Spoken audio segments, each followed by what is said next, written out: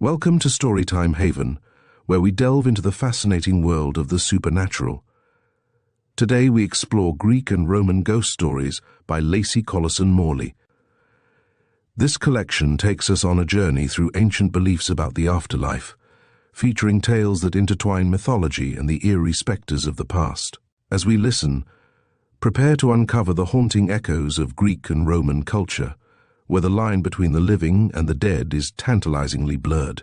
Join us as we uncover stories of apparitions, necromancy, and the enduring power of the dead to return to the realm of the living. Part 1. The power of the dead to return to earth. Though there is no period at which the ancients do not seem to have believed in a future life, continual confusion prevails when they come to picture the existence led by man in the other world, as we see from the 6th book of the Aeneid.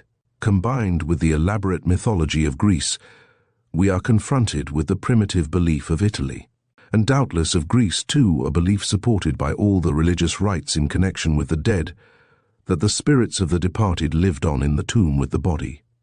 As cremation gradually superseded burial, the idea took shape that the soul might have an existence of its own, altogether independent of the body, and a place of abode was assigned to it in a hole in the center of the earth, where it lived on in eternity with other souls.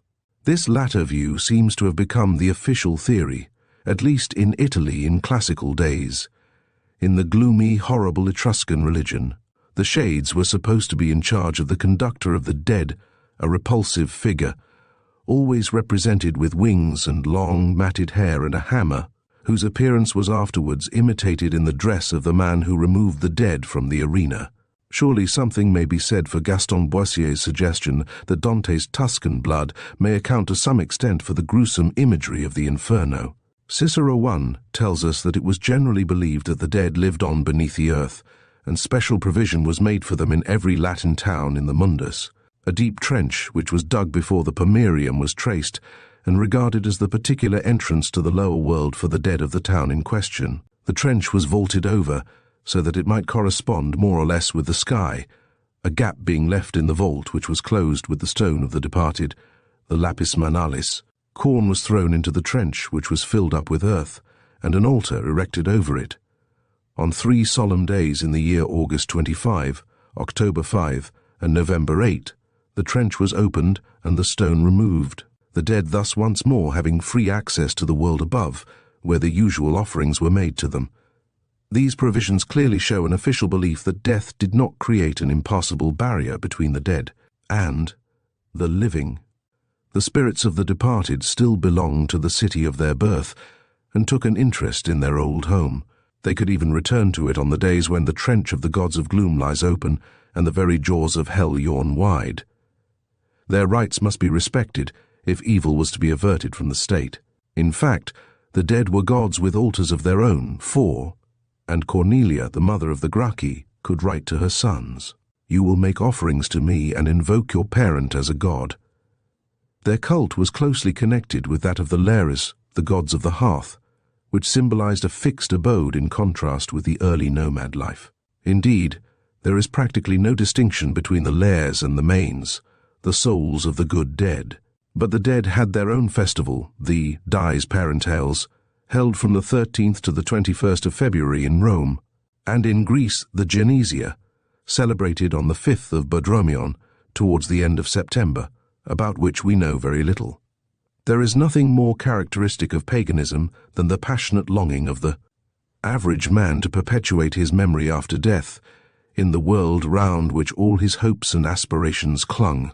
Cicero uses it as an argument for immortality.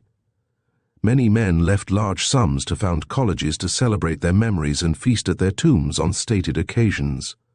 Lucian laughs at this custom when he represents the soul of the ordinary man in the next world as a mere bodiless shade that vanishes at a touch like smoke.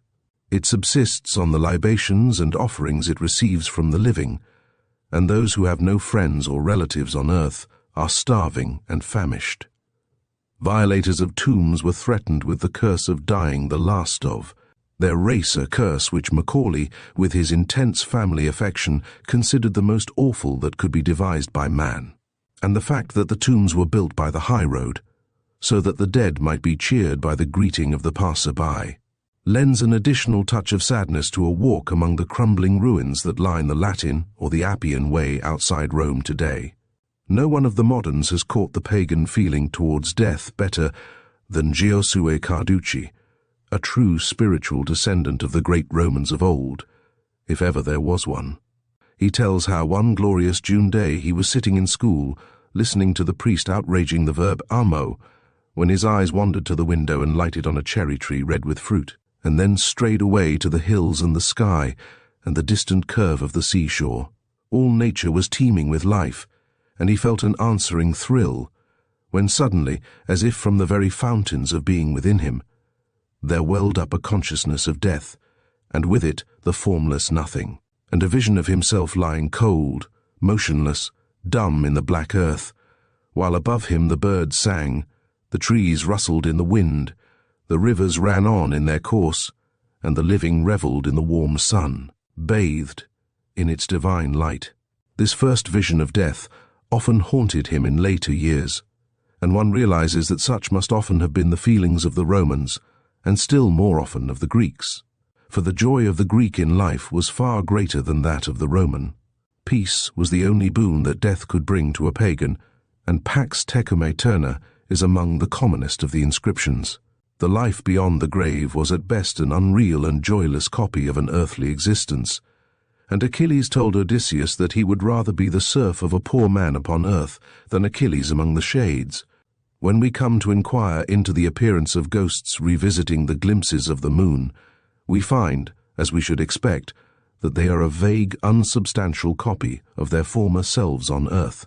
In Homer 12, the shade of Patroclus, which visited Achilles in a vision as he slept by the seashore, looks exactly as Patroclus had looked on earth, even down to the clothes. Hadrian's famous Animula Vagula Blandula gives the same idea, and it would be difficult to imagine a disembodied spirit which retains its personality and returns to earth again, except as a kind of immaterial likeness of its earthly self. We often hear of the extreme pallor of ghosts, which was doubtless due to their being bloodless and to the pallor of death itself. Propertius conceived of them as skeletons. But the unsubstantial, shadowy aspect is by far the commonest, and best harmonizes with the life they were supposed to lead. Hitherto we have been dealing with the spirits of the dead who have been duly buried and are at rest, making their appearance among men only at stated intervals, regulated by the religion of the state. The lot of the dead who have not been vouchsafed the trifling boon of a handful of earth cast upon their bones was very different.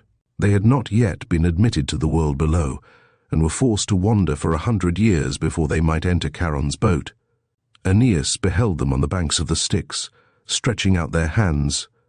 Ripae ulterioris amore. The shade of Patroclus describes its hapless state to Achilles, as does that of Elpenor to Odysseus, when they meet in the lower world. It is not surprising that the ancients attached the highest importance to the duty of burying the dead, and that Pausanias blames Lysander for not burying the bodies of Philocles and the 4,000 slain at Aegospotami, seeing that the Athenians even buried the Persian dead after Marathon. The spirits of the unburied were usually held to be bound, more or less, to the spot where their bodies lay, and to be able to enter into communication with the living with comparative ease, even if they did not actually haunt them. They were in fact evil spirits which had to be propitiated and honored in special rites.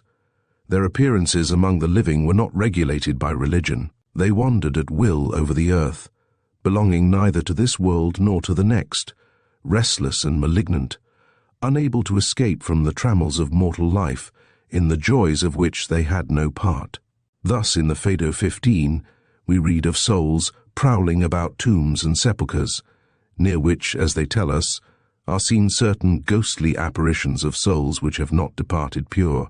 These must be the souls, not of the good, but of the evil, which are compelled to wander about such places in payment of the penalty of their former evil way of life. Apuleius 16 classifies the spirits of the departed for us. The manes are the good people, not to be feared so long as their rites are duly performed. As we have already seen, lemures are disembodied spirits, while larvae are the ghosts that haunt houses. Apuleius, however, is wholly uncritical. and the distinction between larvae and lemures is certainly not borne out by facts. The larvae had distinct attributes and were thought to cause epilepsy or madness. They were generally treated more or less as a joke, and are spoken of much as we speak of a bogey. They appear to have been entrusted with the torturing of the dead, as we see from the saying, "Only the larvae war with the dead," in Seneca's Apocolocyntosis.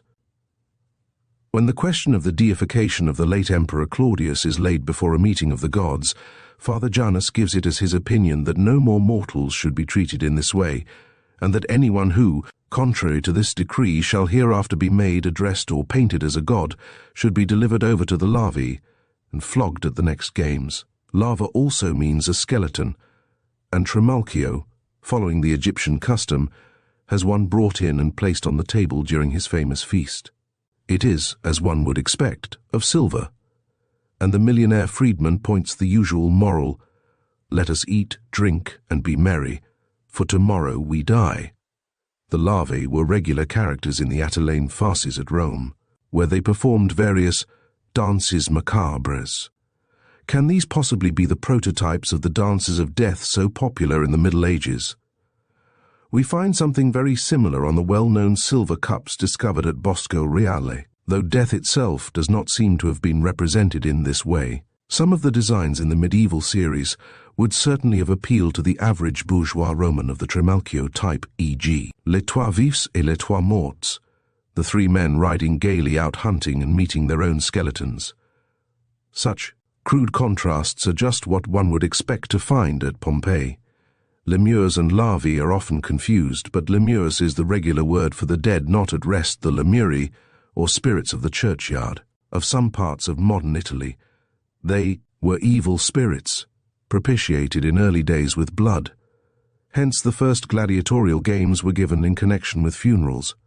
Both in Greece and in Rome, there were special festivals for appeasing these restless spirits. Originally, they were of a public character, for murder was common in primitive times, and such spirits would be numerous, as is proved by the festival lasting 3 days. In Athens the Nemesia were held during Anthesterian February-March. As in Rome, the days were unlucky, temples were closed and business was suspended, for the dead were abroad. In the morning the doors were smeared with pitch, and those in the house chewed whitethorn to keep off the evil spirits. On the last day of the festival, offerings were made to Hermes, and the dead were formally bidden to depart. Ovid describes the Lemuria or Limeralia. They took place in May, which was consequently regarded as an unlucky month for marriages, and is still so regarded almost as universally in England today as it was in Rome during the Principate of Augustus. The name of the festival, Ovid, derives from Remus, as the ghost of his murdered brother was said to have appeared to Romulus in his sleep and to have demanded burial. Hence, the institution of the Lemuria. The head of the family walked through the house with bare feet at dead of night, making the mystic sign with his first and fourth fingers extended, the other fingers being turned inwards and the thumb crossed over them, in case he might run against an unsubstantial spirit as he moved noiselessly along. This is the sign of Lacorna, held to be infallible against the evil eye in modern Italy.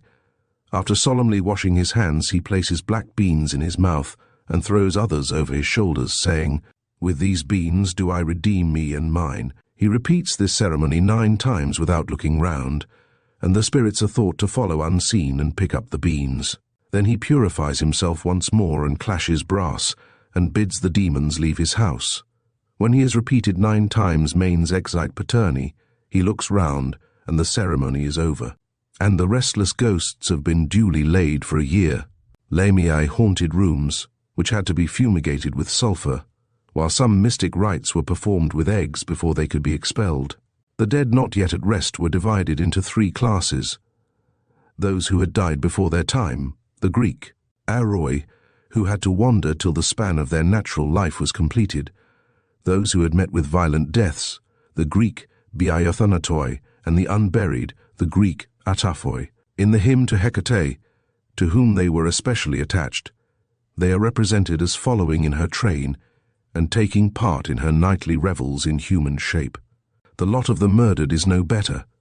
and executed criminals belonged to the same class. Spirits of this kind were supposed to haunt the place where their bodies lay, hence they were regarded as demons, and were frequently entrusted with the carrying out of the strange curses which had been found in their tombs, or in wells where a man had been drowned, or even in the sea, written on leaden tablets, often from right to left, or in queer characters, so as to be illegible, with another tablet fastened over them by means of a nail. Symbolizing the binding effect, it was hoped they would have the defictiones, to give them their Latin name, which are very numerous among the inscriptions. So real was the belief in these curses that the elder Pliny says that everyone is afraid of being placed under evil spells, and they are frequently referred to in antiquity. Footnotes: Footnote 1, Tuasci, Disp, I-16. Footnote 2, OVIV 821, Fowler, Roman Festivals, p. 211. Footnote 3, Macrob, I-16. Footnote 4, CIC, de Leg, Footnote 22. Footnote 5, Diem Parentem, Corn, Nep. Footnote 6, C.P. Fowler, Rom. Footnote 7, Rode, Psyche, p. 216. C.P. Herod, I.V., 26. Footnote 8, Tuesque, I-12, 27. Footnote 9, Dill, Roman Society from Nero to Marcus Aurelius, p. Footnote 10. Footnote 10, Carducci, Rimembranza di Scuola, in Rime Nuove. Footnote 12, 23, 64. Footnote 13, Terpia Ossa, 4, 5, 4. Footnote 14, Pars, 932. Footnote 15, 81d. Footnote 16, Digenio Socrates, 15. Footnote 17, CP. Plautus, 2, 4, 2. Tautus, 145. Rudens, v3, 67, etc., and the use of the word larvatus. Footnote 18, Pliny, Nh. 1, Prof. 31. Cum mortuis non nisi lavas luctari. Footnote 19, Seneca 9. At the risk of irrelevance, I cannot refrain from pointing out the enduring nature of proverbs as exemplified in this section. Hercules grows more and more anxious at the turn the debate is taking, and hastens from one god to another, saying, "Don't grudge me this favor, the case concerns me closely, I shan't forget you when the time comes. One good turn deserves another, manus manum lavat." This is exactly the Neapolitan proverb, one hand washes the other, and both together wash the face.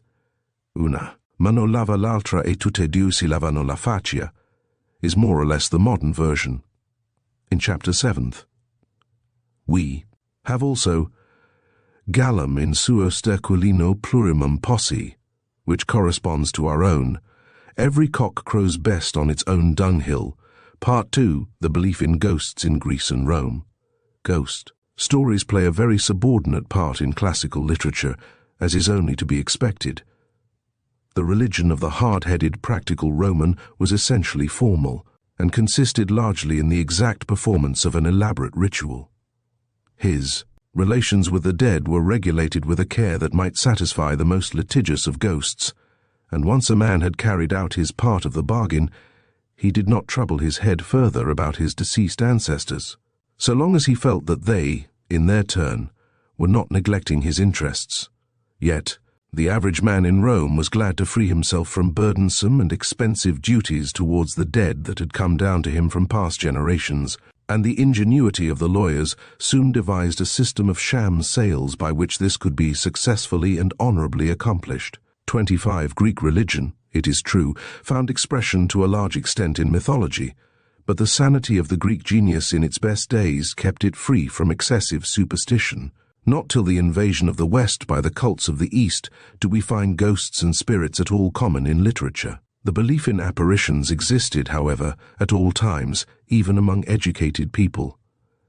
The younger Pliny, for instance, writes to ask his friend Sura for his opinion as to whether ghosts have a real existence, with a form of their own, and are of divine origin, or whether they are merely empty air, owing their definite shape to our superstitious fears.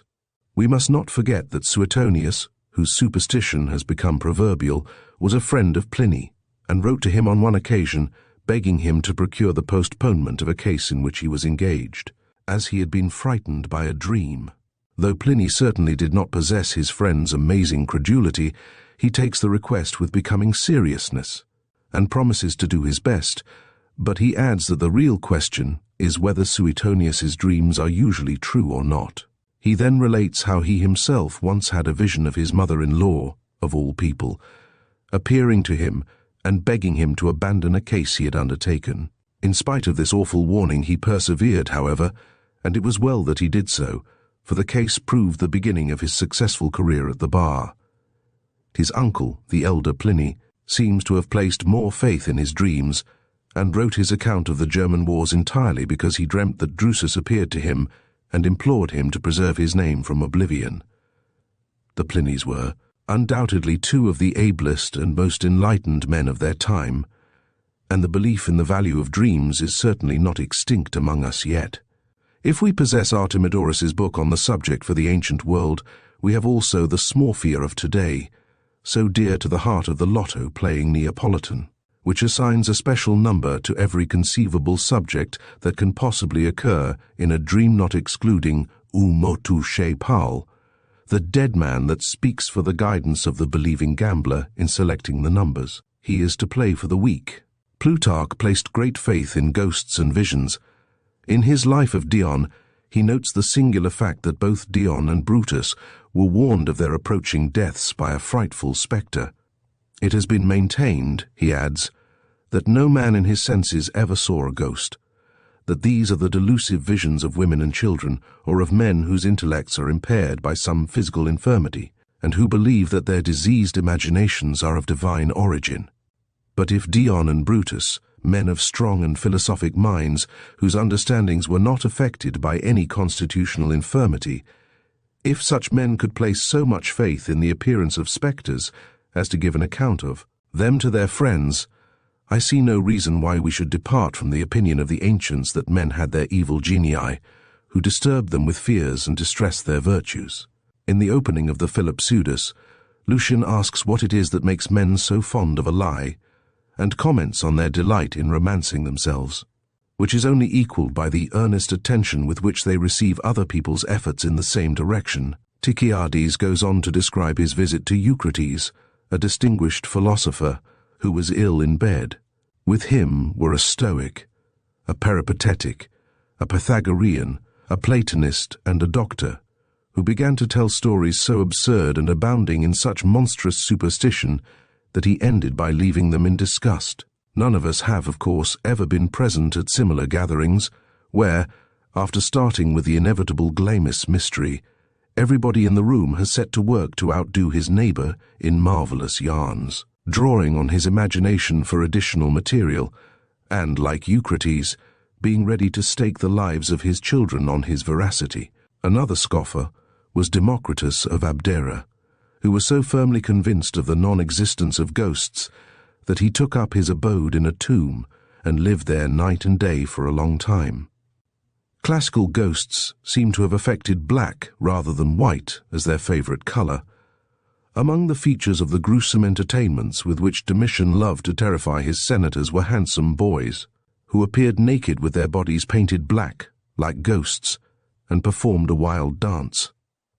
On the following day, one of them was generally sent as a present to each senator. Some boys in the neighborhood wished to shake Democritus's unbelief, so they dressed themselves in black with masks like skulls upon their heads and danced round the tomb where he lived. But to their annoyance, he only put his head out and told them to go away and stop playing the fool. The Greek and Roman stories hardly come up to the standards required by the Society for Psychical Research. They are purely popular, and the ghost is regarded as the deceased person, permitted or condemned by the powers of the lower world to hold communication with survivors on Earth.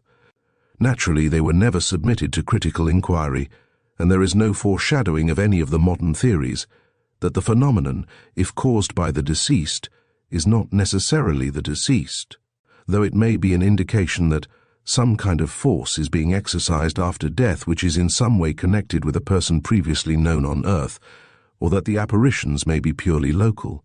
or due entirely to subjective hallucination on the part of the person beholding them. Strangely enough, we rarely find any of those interesting cases, everywhere so well attested, of people appearing just about the time of their death to friends or relatives to whom they are particularly attached, or with whom they have made a compact that they will appear, should they die first if it is possible.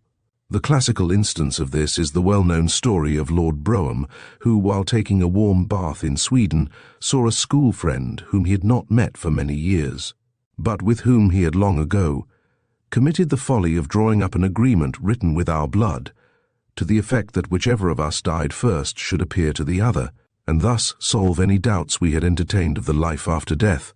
There are, however, a number of stories of the passing of souls, which are curiously like some of those collected by the Society for Psychical Research in the 4th book of Gregory the Great's Dialogues. Another noticeable difference is that apparitions in most well-authenticated modern ghost stories are of a comforting character, whereas those in the ancient world are nearly all the reverse. This difference we may attribute to the entire change in the aspect of the future life which we owe to modern Christianity. As we have seen, there was little that was comforting in the life after death, as conceived by the old pagan religions, while in medieval times the horrors of hell were painted in the most lurid colors, and were emphasized more than the joys of heaven. Part 3. Stories of Haunting. In a letter to Surah 30, the younger Pliny gives us what may be taken as a prototype of all later haunted house stories. At one time in Athens, there was a roomy old house where nobody could be induced to live.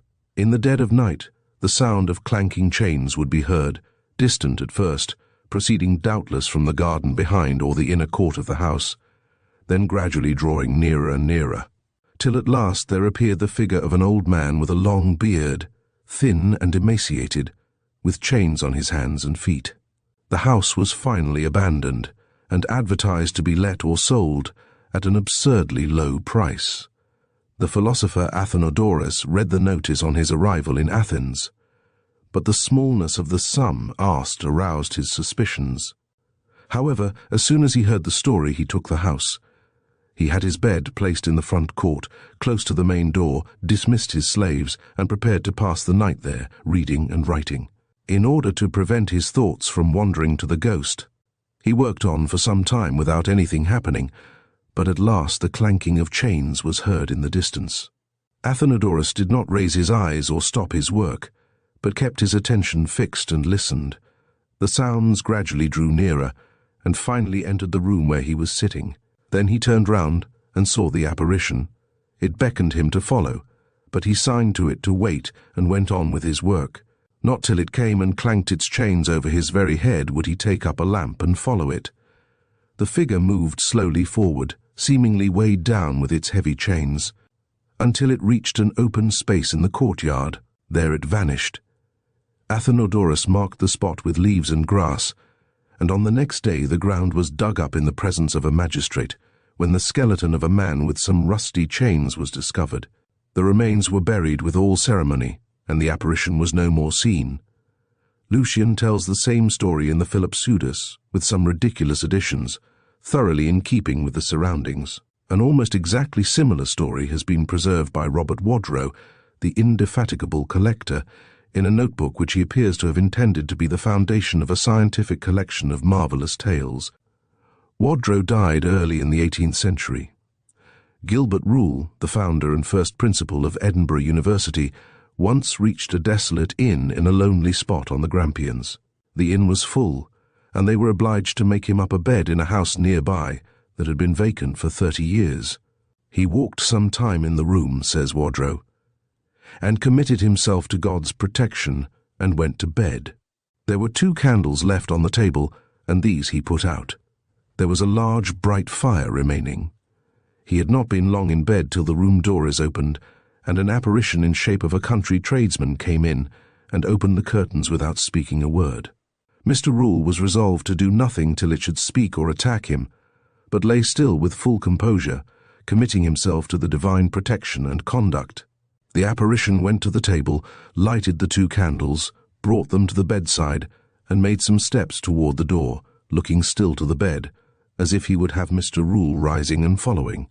Mr. Rule still lay still till he should see his way further cleared. Then the apparition, who the whole time spoke none, took an effectual way to raise the doctor. He carried back the candles to the table and went to the fire, and with the tongs took down the kindled coals and laid them on the deal chamber floor.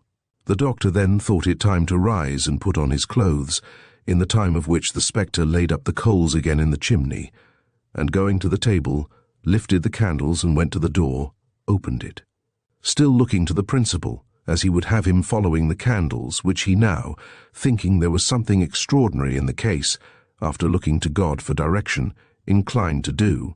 The apparition went down some steps with the candles and carried them into a long trance, at the end of which there was a stair which carried down to a low room. This the spectre went down and stooped and set down the lights on the lowest step of the stair, and straight disappears. The learned principal, continues Burton, whose courage and coolness deserve the highest commendation, lighted himself back to bed with the candles, and took the remainder of his rest undisturbed. Being a man of great sagacity, on ruminating over his adventure, he informed the sheriff of the county that he was much of the mind there was murder in the case. The stone whereon the candles were placed was raised, and there the plain remains of a human body were found, and bones to the conviction of all. It was supposed to be an old affair, however, and no traces could be got of the murderer. Rule undertook the functions of the detective, and pressed into the service the influence of his own profession. He preached a great sermon on the occasion, to which all the neighbouring people were summoned, and behold, in the time of his sermon, an old man near 80 years was awakened, and fell a-weeping, and before the whole company acknowledged that at the building of that house he was the murderer. The main features of the story have changed very little in the course of ages, except in the important point of the conviction of the murderer, which would have been effected in a very different way in a Greek story. Doubtless a similar tale could be found in the folklore of almost any nation. Plutarch 32 relates how, in his native city of Chaeronea, a certain Damon had been murdered in some baths. Ghosts continued to haunt the spot ever afterwards, and mysterious groans were heard, so that at last the doors were walled up. And to this very day, he continues, those who live in the neighbourhood imagine that they see strange sights and are terrified with cries of sorrow. It is quite clear from Plautus that ghost stories, even if not taken very seriously, aroused a widespread interest in the average Roman of his day, just as they do in the average Briton of our own. They were doubtless discussed in a half-joking way. The apparitions were generally believed to frighten people, just as they are at present, though the well-authenticated stories of such occurrences would seem to show that genuine ghosts, or whatever one likes to call them, have the power of paralyzing fear. In the 33, Plautus uses a ghost as a recognized piece of supernatural machinery. The regulation father of Roman comedy has gone away on a journey, and in the meantime the son has, as usual, almost reached the end of his father's fortune. The father comes back unexpectedly, and the son turns in despair to his faithful slave, Tranio, for help. Tranio is equal to the occasion, and undertakes to frighten the inconvenient parent away again. He gives an account of an apparition that has been seen, and has announced that it is the ghost of a stranger from overseas, who has been dead for 6 years. Here must I dwell, it had declared, for the gods of the lower world will not receive me, seeing that I died before my time. My host murdered me, his guest, villain that he was, for the gold that I carried, and secretly buried me, without funeral rites, in this house. Begone hence, therefore, for it is accursed and unholy ground. This story is enough for the father. He takes the advice, and does not return till Tranio and his dutiful son are quite ready for him. Great battlefields are everywhere believed to be haunted. Tacitus 34 relates how, when Titus was besieging Jerusalem, armies were seen fighting in the sky, and at a much later date, after a great battle against Attila and the Huns under the walls of Rome, the ghosts of the dead fought for 3 days and 3 nights, and the clash of their arms was distinctly heard. Marathon is no exception to the rule. Pausanias 36 says that any night you may hear horses neighing and men fighting there. To go on purpose to see the sight never brought good to any man, but with him who unwittingly lights upon it, the spirits are not angry. He adds that the people of Marathon worship the men who fell in the battle as heroes, and who could be more worthy of such honor than they? The battle itself was not without its marvelous side. Epizellus, the Athenian, used to relate how a huge hoplite, whose beard overshadowed all his shield, stood over against him in the thick of the fight. The apparition passed him by and killed the man next him, but Epizellus came out of the battle blind and remained so for the rest of his life. Plutarch also relates of a place in Boeotia where a battle had been fought, that there is a stream running by, and that people imagine that they hear panting horses in the roaring waters. But the strangest account of the habitual haunting of great battlefields is to be found in Philostratus's Heroica, which represents the spirits of the Homeric heroes as still closely connected with Troy and its neighborhood. How far the stories are based on local tradition? It is impossible to say. They are told by a vine dresser who declares that he lives under the protection of Protesilas. At one time he was in danger of being violently ousted from all his property, when the ghost of Protesilas appeared to the would-be despoiler in a vision and struck him blind. The great man was so terrified at this event that he carried his depredations no further, and the vine dresser has since continued to cultivate what remained of his property under the protection of the hero, with whom he lives on most intimate terms. Protesilas often appears to him while he is at work and has long talks with him, and he keeps off wild beasts and disease from the land.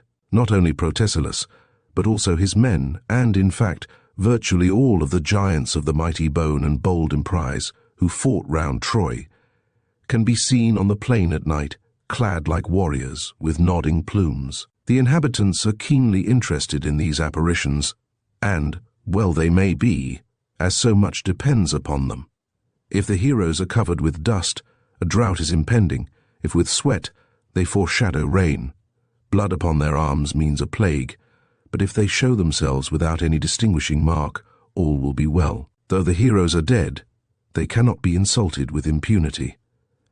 Ajax was popularly believed, owing to the form taken by his madness, to be especially responsible for any misfortune that might befall flocks and herds. On one occasion, some shepherds, who had had bad luck with their cattle, surrounded his tomb and abused him, bringing up all the weak points in his earthly career recorded by Homer. At last they went too far for his patience, and a terrible voice was heard in the tomb and the clash of armor. The offenders fled in terror, but came to no harm. On another occasion, some strangers were playing at draughts near his shrine, when Ajax appeared and begged them to stop, as the game reminded him of Palamedes. Hector was a far more dangerous person. Maximus of Tyre 39 says that the people of Ilium often see him bounding over the plain at dead of night in flashing armor, a truly Homeric picture. Maximus cannot, indeed, boast of having seen Hector, though he also has had his visions vouchsafed him. He had seen Castor and Pollux, like twin stars, above his ship, steering it through a storm. Aesculapius also he has seen, not in a dream by Hercules, but with his waking eyes. But to return to Hector, Philostratus says that one day an unfortunate boy insulted him in the same way in which the shepherds had treated Ajax. Homer, however, did not satisfy this boy, and as a parting shaft he declared that the statue in Ilium did not really represent Hector, but Achilles. Nothing happened immediately, but not long afterwards, while the boy was driving a team of ponies, Hector appeared in the form of a warrior in a brook, which was, as a rule, so small as not even to have a name. He was heard shouting in a foreign tongue as he pursued the boy in the stream, finally overtaking and drowning him with his ponies. The bodies were never afterwards recovered. Philostratus gives us a quantity of details about the Homeric heroes, which the vine dresser has picked up in his talks with Protesilas. Most of the heroes can be easily recognized. Achilles, for instance, enters into conversation with various people and goes out hunting. He can be recognized by his height and his beauty and his bright armor, and as he rushes past, he is usually accompanied by a whirlwind Greek Podarchs, Dios, even after death. Then we hear the story of the White Isle. Helen and Achilles fell in love with one another, though they had never met, the one hidden in Egypt, the other fighting before Troy. There was no place near Troy suited for their eternal life together, So Thetis appealed to Poseidon to give them an island home of their own. Poseidon consented, and the White Isle rose up in the Black Sea near the mouth of the Danube. There Achilles and Helen, the manliest of men and the most feminine of women, first met and first embraced, and Poseidon himself, and Amphitrite, and all the Nereids, and as many river gods and spirits as dwell near the Euxine and Meotis, came to the wedding. The island is thickly covered with white trees and with elms, which grow in regular order round the shrine, and on it there dwell certain white birds, fragrant of the salt sea, which Achilles is said to have tamed to his will, so that they keep the glades cool, fanning them with their wings and scattering spray as they fly along the ground, scarce rising above it. To men sailing over the broad bosom of the sea, the island is holy when they disembark, for it lies like a hospitable home to their ships. But neither those who sail thither, nor the Greeks and barbarians living round the Black Sea, may build a house upon it, and all who anchor and sacrifice there must go on board at sunset. No man may pass the night upon the isle, and no woman may even land there. If the wind is favourable, ships must sail away; if not, they must put out and anchor in the bay and sleep on board. For at night men say that Achilles and Helen drink together, and sing of each other's love, and of the war, and of Homer. Now that his battles are over, Achilles cultivates the gift of song he had received from Calliope. Their voices ring out clear and godlike over the water, and the sailors sit trembling with emotion as they listen. Those who had anchored there declared that they had heard the neighing of horses, and the clash of arms, and shouts such as are raised in battle. Maximus of Tyre 40 also describes the island, and tells how sailors have often seen a fair-haired youth dancing a war dance in golden armour upon it, and how once, when one of them unwittingly slept there, Achilles woke him, and took him to his tent, and entertained him. Patroclus poured the wine, and Achilles played the lyre, while Thetis herself is said to have been present with a choir of other deities. If they anchor to the north or the south of the island, and a breeze springs up that makes the harbours dangerous, Achilles warns them, and bids them change their anchorage and avoid the wind.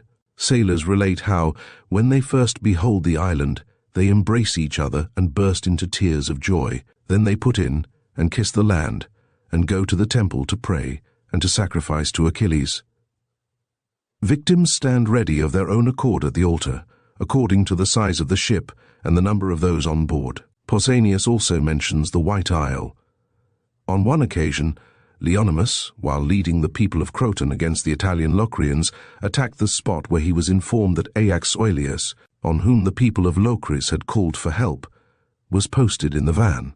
According to Conan 42, who, by the way, calls the hero Autoleon, when the people of Croton went to war, they also left a vacant space for Ajax in the forefront of their line. However this may be, Leonymus was wounded in the breast, and as the wound refused to heal and weakened him considerably, he applied to Delphi for advice. The god told him to sail to the White Isle, where Ajax would heal him of his wound. Thither, therefore, he went, and was duly healed. On his return, he described what he had seen, how that Achilles was now married to Helen, and it was Leonymus who told Stesichorus that his blindness was due to Helen's wrath, and thus induced him to write the Palinode. Achilles himself is once said to have appeared to a trader who frequently visited the island. They talked of Troy, and then the hero gave him wine, and bade him sail away and fetch him a certain Trojan maiden who was the slave of a citizen of Ilium. The trader was surprised at the request, and ventured to ask why he wanted a Trojan slave. Achilles replied that it was because she was of the same race as Hector and his ancestors, and of the blood of the sons of Priam and Dardanus. The trader thought that Achilles was in love with the girl, whom he duly brought with him on his next visit to the island. Achilles thanked him, and bade him keep her on board the ship, doubtless because women were not allowed to land. In the evening he was entertained by Achilles and Helen, and his host gave him a large sum of money, promising to make him his guest friend, and to bring luck to his ship and his business. At daybreak Achilles dismissed him, telling him to leave the girl on the shore. When they had gone about a furlong from the island, a horrible cry from the maiden reached their ears, and they saw Achilles tearing her to pieces, rending her limb from limb. In this brutal savage, it is impossible to recognize Homer's chivalrous hero, who sacrificed the success of a 10 years' war, fought originally for the recovery of one woman, to his grief at the loss of another, and has thus made it possible to describe the Iliad as the greatest love poem ever written. One cannot help feeling that Pindar's Isle of the Blessed, whither he was brought by Thetis, whose mother's prayer had moved the heart of Zeus to dwell with Cadmus and Peleus, is Achilles' true home, or the Isle of the heroes of all time, described by Carducci, where King Lear sits telling Oedipus of his sufferings, and Cordelia calls to Antigone, "Come, my Greek sister, we will sing of peace to our fathers." Helen and Iseult, silent and thoughtful, roam under the shade of the myrtles, while the setting sun kisses their golden hair with its reddening rays. Helen gazes across the sea, but King Mark opens his arms to Iseult, and the fair head sinks on the mighty beard. Clytemnestra stands by the shore with the Queen of Scots. They bathe their white arms in the waves, but the waves recoil swollen with red blood, while the wailing of the hapless women echoes along the rocky strand. Among these heroic souls, Shelley alone of modern poets, that Titan spirit in a maiden's form, may find a place, according to Carducci, caught up by Sophocles from the living embrace of Thetis. Part 4, Necromancy. The belief that it was possible to call up the souls of the dead by means of spells was almost universal in antiquity.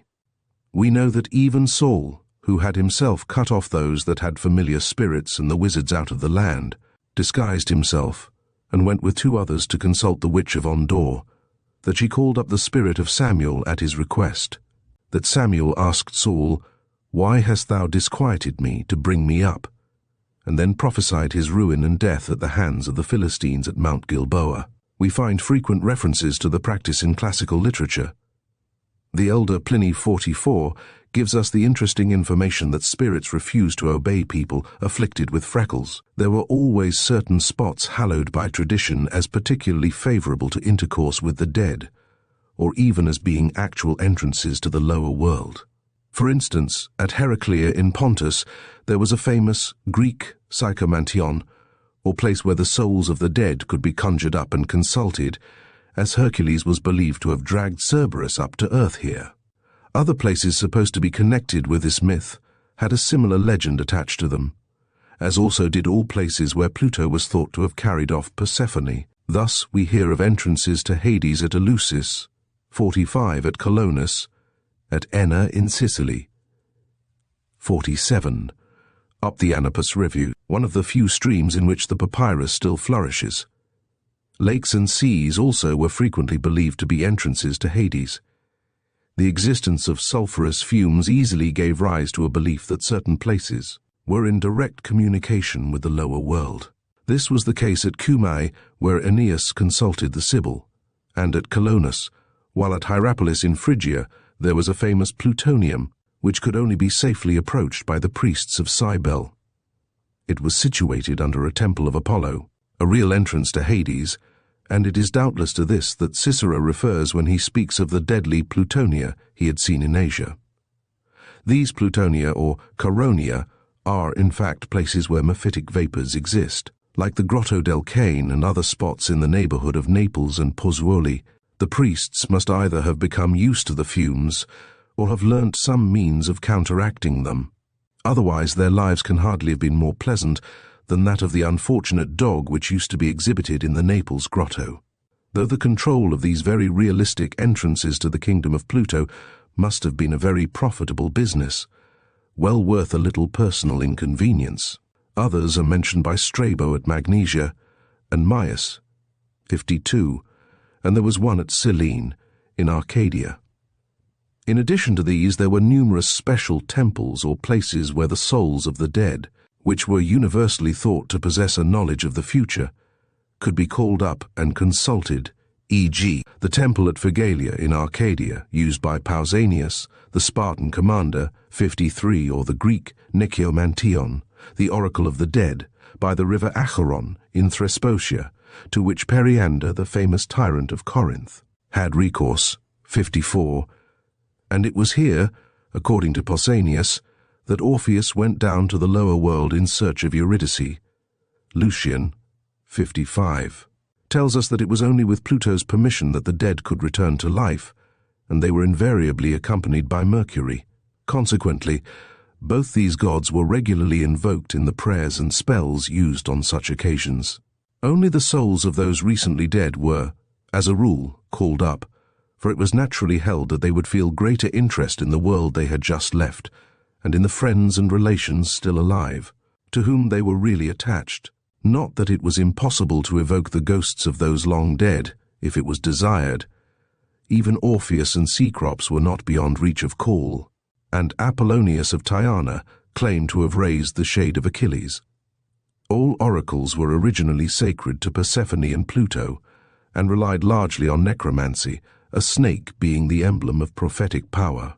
Hence, when Apollo, the god of light, claimed possession of the oracles as the conqueror of darkness, the snake was twined round his tripod as an emblem, and his priestess was called Pythia. When Alexander set up his famous oracle, as described by Lucian, the first step taken in establishing its reputation was the finding of a live snake in an egg in a lake. The find had, of course, been previously arranged by Alexander and his confederates. We still possess accounts of the working of these oracles of the dead, especially of the one connected with the Lake of Avernus, near Naples. Cicero 57 describes how, from this lake, shades, the spirits of the dead, are summoned in the dense gloom of the mouth of Acheron with salt blood. And Strabo quotes the early Greek historian Ephorus as relating how, even in his day, the priests that raise the dead from Avernus live in underground dwellings, communicating with each other by subterranean passages, through which they led those who wished to consult the oracle hidden in the bowels of the earth. Not far from the Lake of Avernus, says Maximus of Tyre, was an oracular cave, which took its name from the calling up of the dead. Those who came to consult the oracle, after repeating the sacred formula and offering libations and slaying victims, called upon the spirit of the friend or relation they wished to consult. Then it appeared, an unsubstantial shade, difficult both to see and to recognize, yet endowed with a human voice and skilled in prophecy. When it had answered the questions put to it, it vanished. One is at once struck with the similarity of this account to those of the spiritualistic seances of the famous Eusapia in the same part of the world, not so very long ago. In most cases, those consulting the oracle would probably be satisfied with hearing the voice of the dead man, or with a vision of him in sleep. So that some knowledge of ventriloquism or power of hypnotism or suggestion would often be ample stock in trade for those in charge. This consulting of the dead must have been very common in antiquity. Both Plato 58 and Euripides 59 mention it, and the belief that the dead have a knowledge of the future, which seems to be ingrained in human nature, gave these oracles great power. Thus Cicero tells Sixtius that Appius often consulted soul oracles psychomantia, and also mentions a man having recourse to one when his son was seriously ill. The poets have, of course, made free use of this supposed prophetic power of the dead. The shade of Polydorus, for instance, speaks the prologue of the Hecuba, while the appearance of the dead Creusa in the Aeneid is known to everyone. In the Persei, Aeschylus makes the shade of Darius ignorant of all that has happened since his death, and is thus able to introduce his famous description of the Battle of Salamis. But Darius, nevertheless, possesses a knowledge of the future, and can therefore give us an equally vivid account of the Battle of Plataea, which had not yet taken place. The shade of Clytemnestra in the Eumenides, however, does not prophesy. Pliny mentions the belief that the dead had prophetic powers, but declares that they could not always be relied on, as the following instance proves. During the Sicilian War, Gabienus, the bravest man in Caesar's fleet, was captured by Sextus Pompeius and beheaded by his orders. For a whole day the corpse lay upon the shore, the head almost severed from the body. Then, towards evening, a large crowd assembled, attracted by his groans and prayers, and he begged Sextus Pompeius either to come to him himself or to send some of his friends, for he had returned from the dead and had something to tell him. Pompeius sent friends, and Gabienus informed them that Pompeius's cause found favor with the gods below, and was the right cause, and that he was bidden to announce that all would end as he wished. To prove the truth of what he said, he announced that he would die immediately, as he actually did. This knowledge of the future by the dead is to be found in more than one well-authenticated modern ghost story, where the apparition would seem to have manifested itself for the express purpose of warning those whom it has loved on earth of approaching danger. We may take, for instance, the story 63, where a wife, who is lying in bed with her husband, suddenly sees a gentleman dressed in full naval uniform sitting on the bed. She was too astonished for fear, and waked her husband, who for a second or two lay looking in intense astonishment at the intruder. Then, lifting himself a little, he shouted, "What on earth are you doing here, sir?" Meanwhile, the form, slowly drawing himself into an upright position, now said in a commanding yet reproachful voice, "Willie, Willie," and then vanished. Her husband got up, unlocked the door, and searched the house, but found nothing. On his return, he informed his wife that the form was that of his father, whom she had never seen.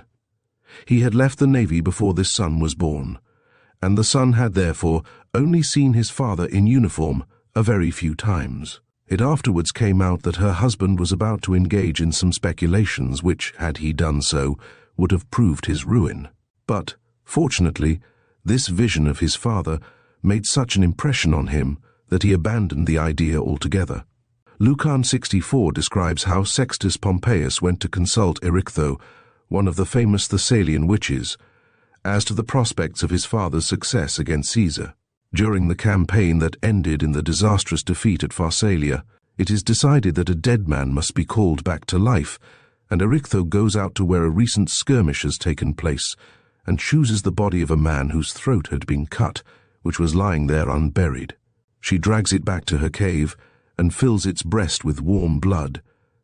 She has chosen a man recently dead, because his words are more likely to be clear and distinct, which might not be the case with one long accustomed to the world below. She then washes it, uses various magic herbs and potions, and prays to the gods of the lower world. At last she sees the shade of the man, whose lifeless body lies stretched before her, standing close by and gazing upon the limbs it had left and the hated bonds of its former prison. Furious at the delay and the slow working of her spells, she seizes a live serpent and lashes the corpse with it. Even the last boon of death, the power of dying, is denied the poor wretch. Slowly the life returns to the body, and Erichtho promises that if the man speaks the truth, she will bury him so effectually that no spells will ever be able to call him back to life again. He is weak and faint, like a dying man, but finally tells her all she wishes to know, and dies once again. She fulfills her promise and burns the body, using every kind of magic spell to make it impossible for anyone to trouble the shade again. Indeed, it seems to have been unusual to summon a shade from the lower world more than once, except in the case of very famous persons. This kind of magic was nearly always carried on at night. Statius 65 has also given us a long and characteristically elaborate account of the calling up of the shade of Laius by Eteocles and Tiresias. Apuleius, in his truly astounding account of Thessaly in his day, gives a detailed description of the process of calling back a corpse to life. The prophet then took a certain herb and laid it thrice upon the mouth of the dead man, placing another upon the breast. Then, turning himself to the east with a silent prayer for the help of the Holy Sun, he drew the attention of the audience to the great miracle he was performing. Gradually the breast of the corpse began to swell in the act of breathing, the arteries to pulsate, and the body to be filled with life. Finally the dead man sat up and asked why he had been brought back to life and not left in peace.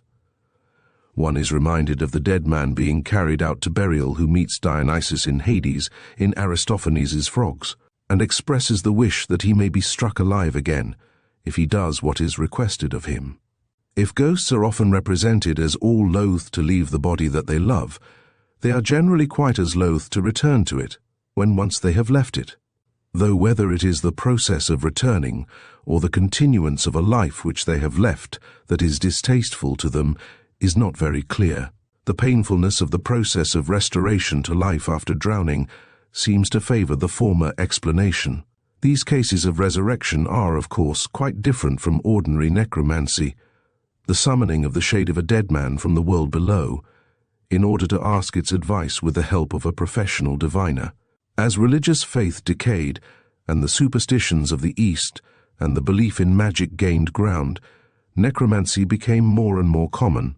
Even Cicero charges Vertinia 6:7 with evoking the souls of the dead, and with being in the habit of sacrificing the entrails of boys to the manes.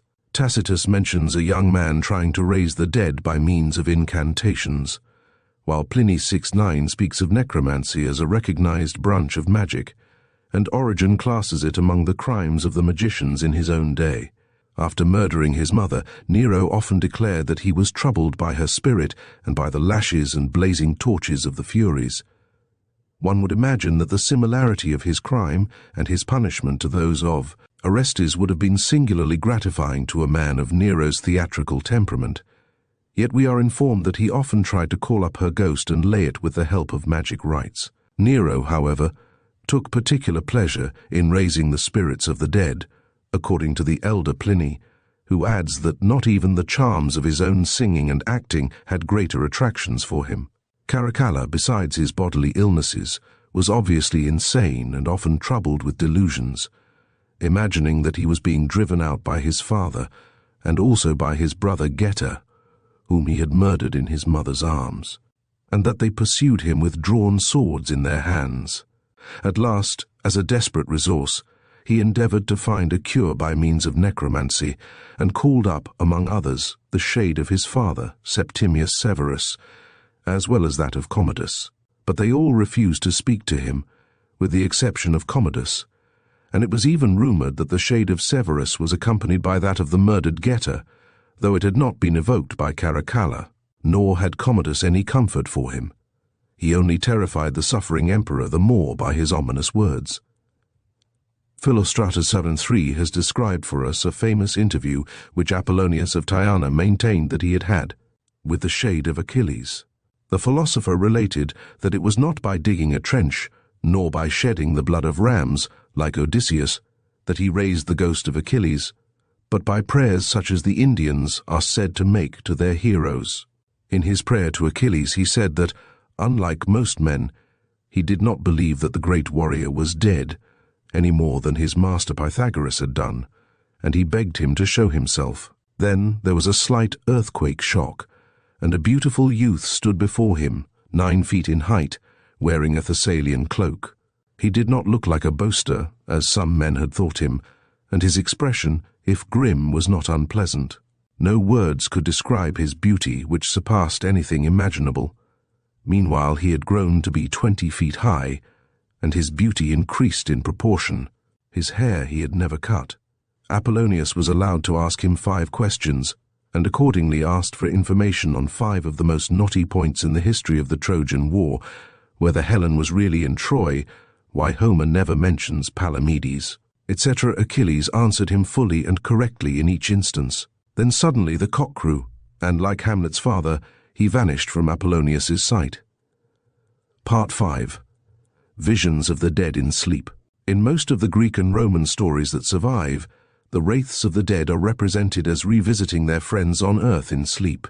These instances I have not, as a rule, troubled to collect, for they cannot strictly be classed as ghost stories. But since the influence of the dead was generally considered to be exercised in this way, I shall give a few stories which seem particularly striking. That it was widely believed that the dead could return at night to those whom they loved is proved by the touching inscription in which a wife begs that her husband may sometimes be allowed to revisit her in sleep, and that she may soon join him. The most interesting passage that has come down to us, dealing with the whole question of the power of the dead to appear to those whom they love in dreams, is undoubtedly Quintilian's 10th declamation. The fact that the greatest teacher of rhetoric of his day actually chose it as a subject for one of his model speeches shows how important a part it must have played in the feelings of educated Romans of the time. The story is as follows. A mother was plunged in grief at the loss of her favorite son, when, on the night of the funeral, which had been long delayed at her earnest request, the boy appeared to her in a vision, and remained with her all night, kissing her and fondling her as if he were alive. He did not leave her till daybreak. All that survives of a son, says Quintilian, will remain in close communion with his mother when he dies. In her unselfishness, she begs her son not to withhold the comfort which he has brought to her from his father. But the father, when he hears the story, does not at all relish the idea of a visit from his son's ghost, and is, in fact, terrified at the prospect. He says nothing to the mother, who had moved the gods of the world above no less than those of the world below by the violence of her grief and the importunity of her prayers, but at once sends for a sorcerer. As soon as he arrives, the sorcerer is taken to the family tomb, which has its place in the city of the dead that stretches along the highway from the town gate. The magic spell is wound about the grave, and the urn is finally sealed with the dread words, until at last the hapless boy has become, in very truth, a lifeless shade. Finally, we are told, the sorcerer threw himself upon the urn itself, and breathed his spells into the very bones and ashes. This at least he admitted as he looked up. The spirit resists. Spells are not enough. We must close the grave completely and bind the stones together with iron. His suggestions are carried out, and at last he declares that all has been accomplished successfully. Now he is really dead. He cannot appear or come out. This night will prove the truth of my words. The boy never afterwards appeared, either to his mother or to anyone else. The mother is beside herself with grief. Her son's spirit, which had successfully baffled the gods of the lower world in its desire to visit her, is now, thanks to these foreign spells, dashing itself against the top of the grave, unable to understand the weight that has been placed upon it to keep it from escaping. Not only do the spells shut the boy in, he might possibly have broken through these, but the iron bands and solid fastenings have once again brought him face to face with death. This very realistic, if rather material, picture of a human soul mewed up forever in the grave gives us a clear idea of the popular belief in Rome about the future life, and enables us to realize the full meaning of the inscription, Sit tibi terra levis, may the earth press lightly upon thee, which is so common upon Roman tombs as often to be abbreviated to TTL. The speech is supposed to be delivered in an action for cruelty, brought by the wife against her husband, and in the course of it, the father is spoken of as a parricide for what he has done. He defends himself by saying that he took the steps which are the cause of the action for his wife's peace of mind. To this plea it is answered that the ghost of a son could never frighten a mother, though other spirits, if unknown to her, might conceivably do so. In the course of the speech we are told that the spirit, when freed from the body, bathes itself in fire and makes for its home among the stars, where other fates await it. Then it remembers the body in which it once dwelt. Hence the dead return to visit those who once were dear to them on earth, and become oracles, and give us timely warnings, and are conscious of the victims we offer them, and welcome the honors paid them at their tombs. The declamation ends, like most Roman speeches, with an appeal, in this case to the sorcerer and the husband, to remove the spells, especially to the sorcerer, who has power to torture the gods above and the spirits of the dead, who, by the terror of his midnight cries, can move the deepest caves, can shake the very foundations of the earth. You are able both to call up the spirits that serve you, and to act as their cruel and ruthless gaoler. Listen for once to a mother's prayers, and let them soften your heart. Then we have the story of Thrasyllus, as told by Apuleius. 7, which is thoroughly modern in its romantic tone. He was in love with the wife of his friend, Tlepolemus, whom he treacherously murdered while out hunting. His crime is not discovered, and he begins to press his suit for her hand to her parents almost immediately. The widow's grief is heart-rending. She refuses food and altogether neglects herself, hoping that the gods will hear her prayer and allow her to rejoin her husband. At last, however, she is persuaded by her parents, at Thrasyllus's instance, to give ordinary care to her own health. But she passes her days before the likeness of the deceased, which she has had made in the image of that of the god Liber, paying it divine honors, and finding her one comfort in thus fomenting her own sufferings. When she hears of Thrasyllus's suit, she rejects it with scorn and horror, and then at night her dead husband appears to her and describes exactly what happened, and begs her to avenge him. She requires no urging, and almost immediately decides on the course that her vengeance shall take. She has Thrasyllus informed that she cannot come to any definite decision till her year of mourning is over. Meanwhile, however, she consents to receive his visits at night, and promises to arrange for her old nurse to let him in. Overjoyed at his success, Thrasyllus comes at the hour appointed, and is duly admitted by the old nurse. The house is in complete darkness, but he is given a cup of wine and left to himself. The wine has been drugged, however, and he sinks into a deep slumber. Then Tlepolemus's widow comes and triumphs over her enemy, who has fallen so easily into her hands. She will not kill him as he killed her husband. "Neither the peace of death nor the joy of life shall be yours," she exclaims. "You shall wander like a restless shade between Orcus and the light of day. The blood of your eyes I shall offer up at the tomb of my beloved Tlepolemus, and with them I shall propitiate his blessed spirit." At these words she takes a pin from her hair and blinds him. Then she rushes through the streets, with a sword in her hand to frighten anyone who might try to stop her, to her husband's tomb where, after telling all her story, she slays herself. Thither Thrasyllus followed her, declaring that he dedicated himself to the manes of his own free will. He carefully shut the tomb upon himself and starved himself to death. This is by far the best of the stories in which we find a vision of the dead in sleep, playing an important part, but there is also the well-known tale of the Byzantine maiden Cleonis. She was of high birth, but had the misfortune to attract the attention of the Spartan Pausanias, who was in command of the united Greek fleet at the Hellespont after the Battle of Plataea.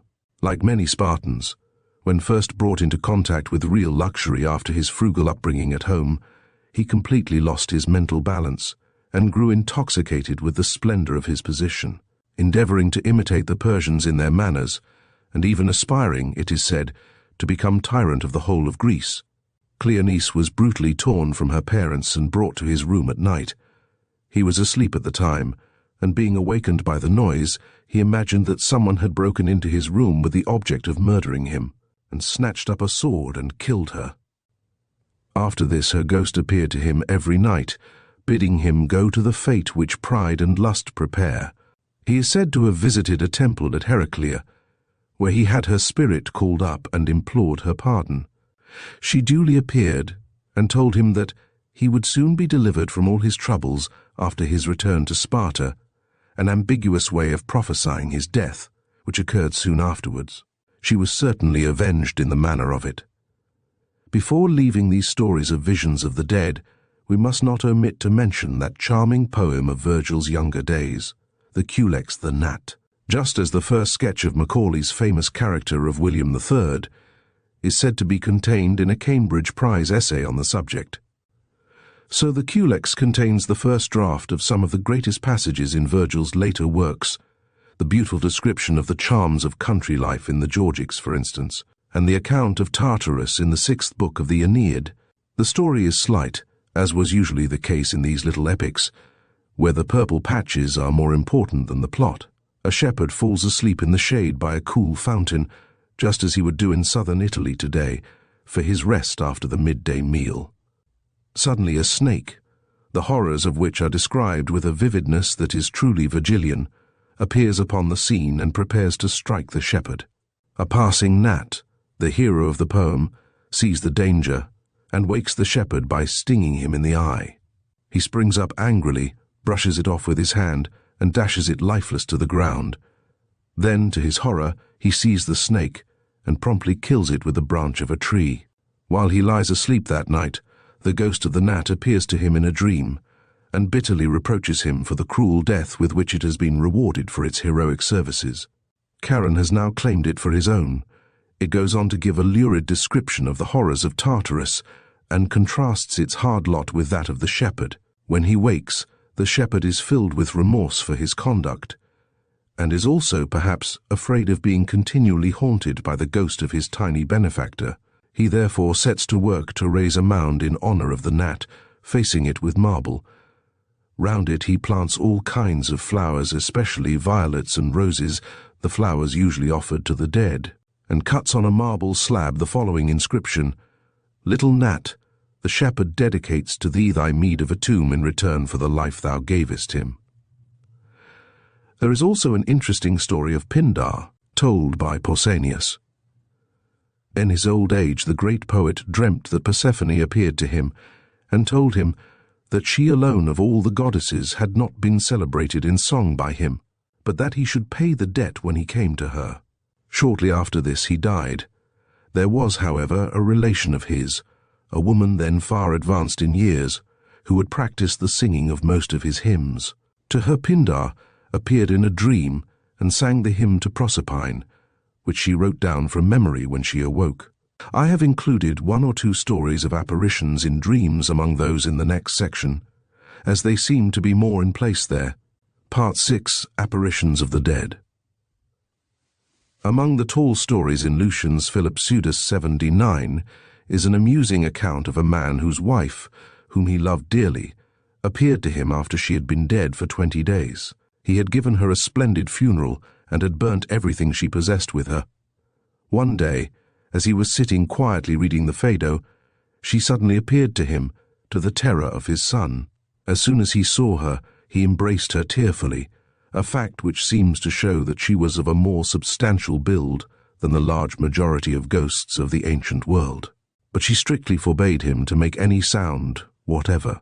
She then explained that she had come to upbraid the unfortunate man for having neglected to burn one of her golden slippers with her at the funeral. It had fallen behind the chest, she explained, and had been forgotten and not placed upon the pyre with the other.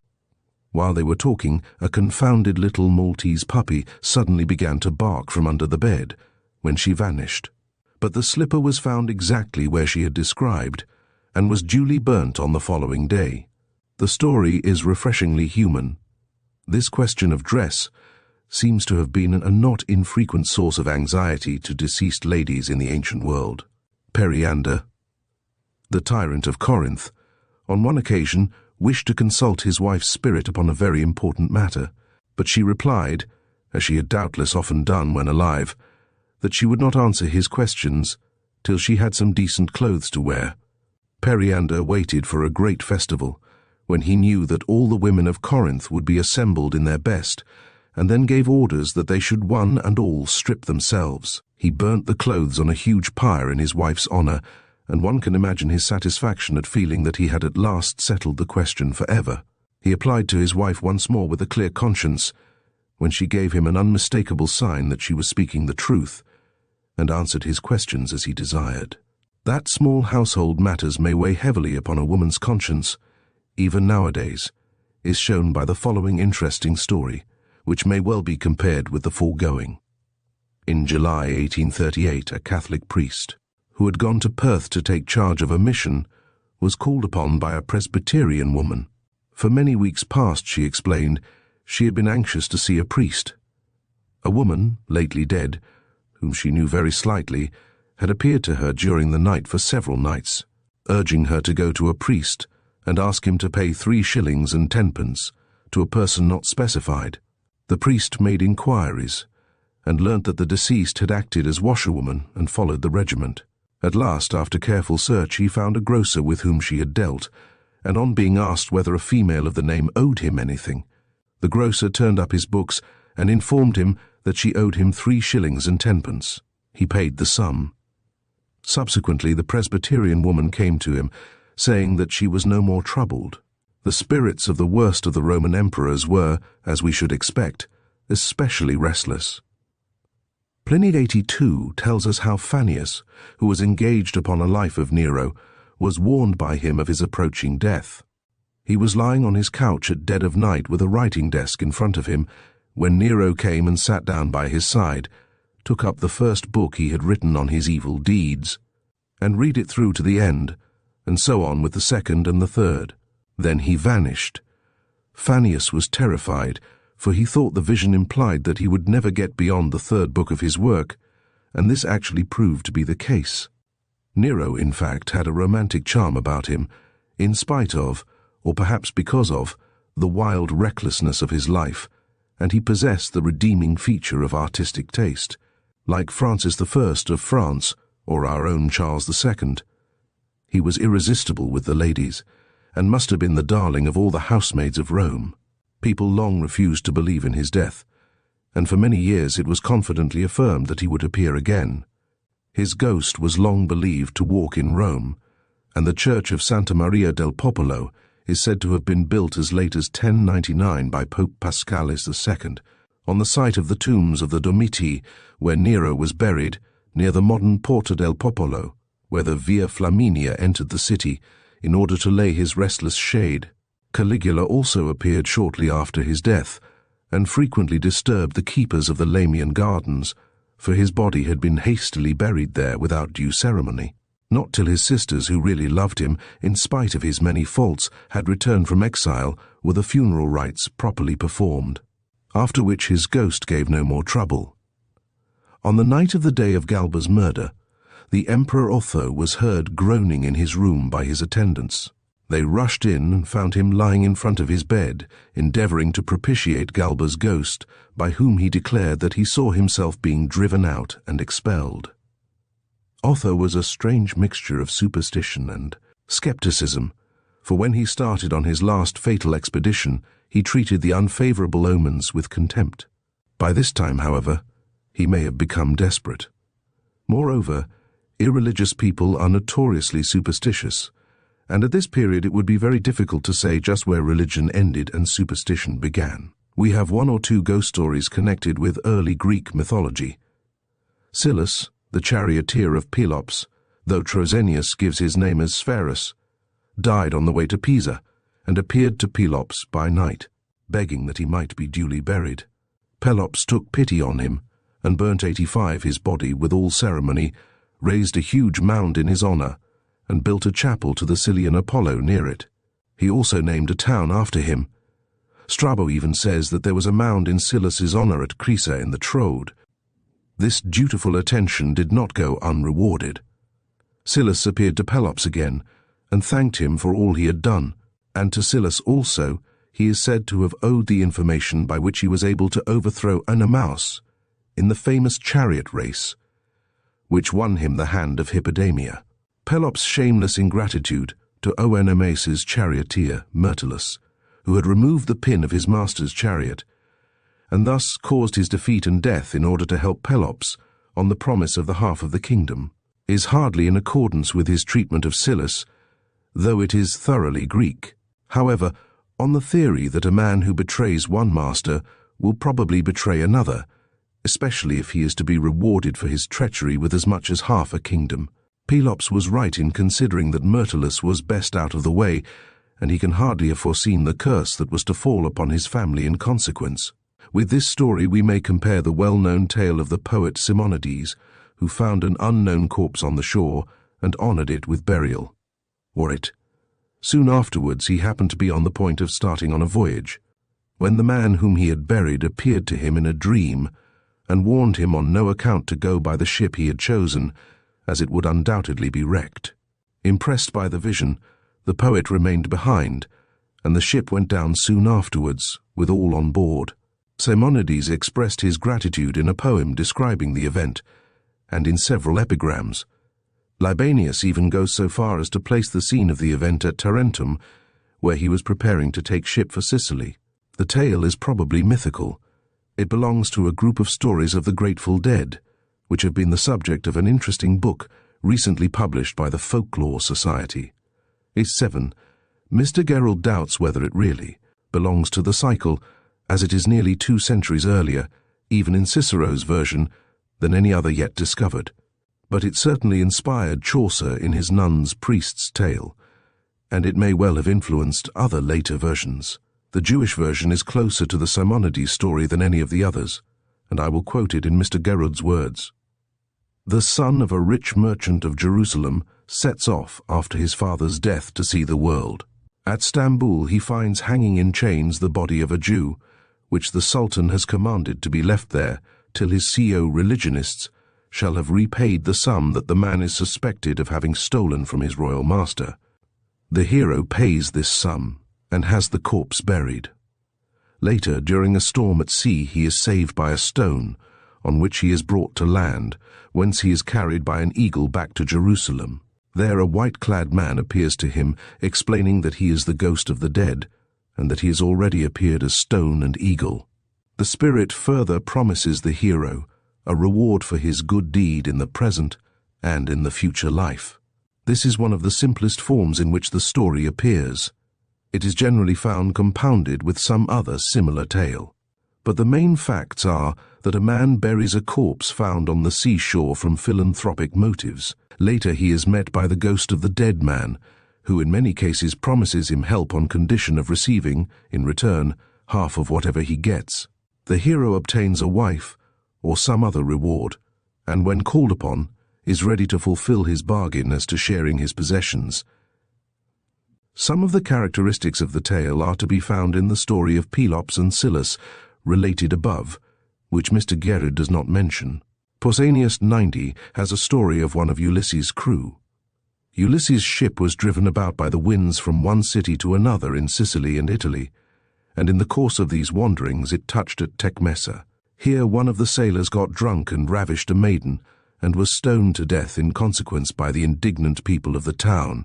Ulysses did not trouble about what had occurred, and sailed away.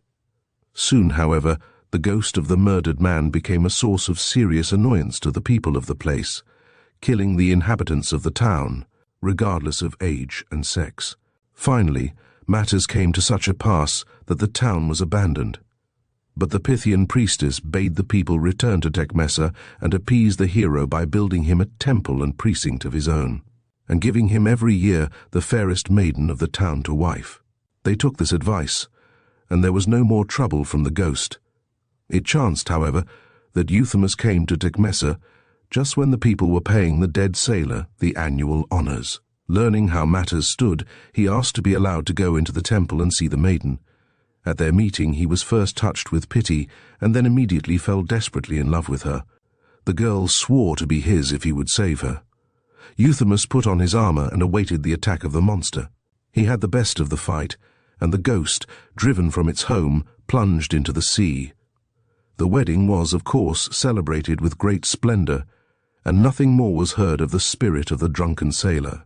The story is obviously to be classed with that of Ariadne. The God-fearing alien seeks to show that Providence watches over a good man and brings his murderers to justice by a story taken from Chrysippus. One a traveler put, "Up at an inn in Megara, wearing a belt full of gold, the innkeeper discovered that he had the money about him, and murdered him at night, having arranged to carry his body outside the gates in a dung cart. But meanwhile the murdered man appeared to a citizen of the town and told him what had happened. The man was impressed by the vision. Investigations were made, and the murderer was caught exactly where the ghost had indicated, and was duly punished.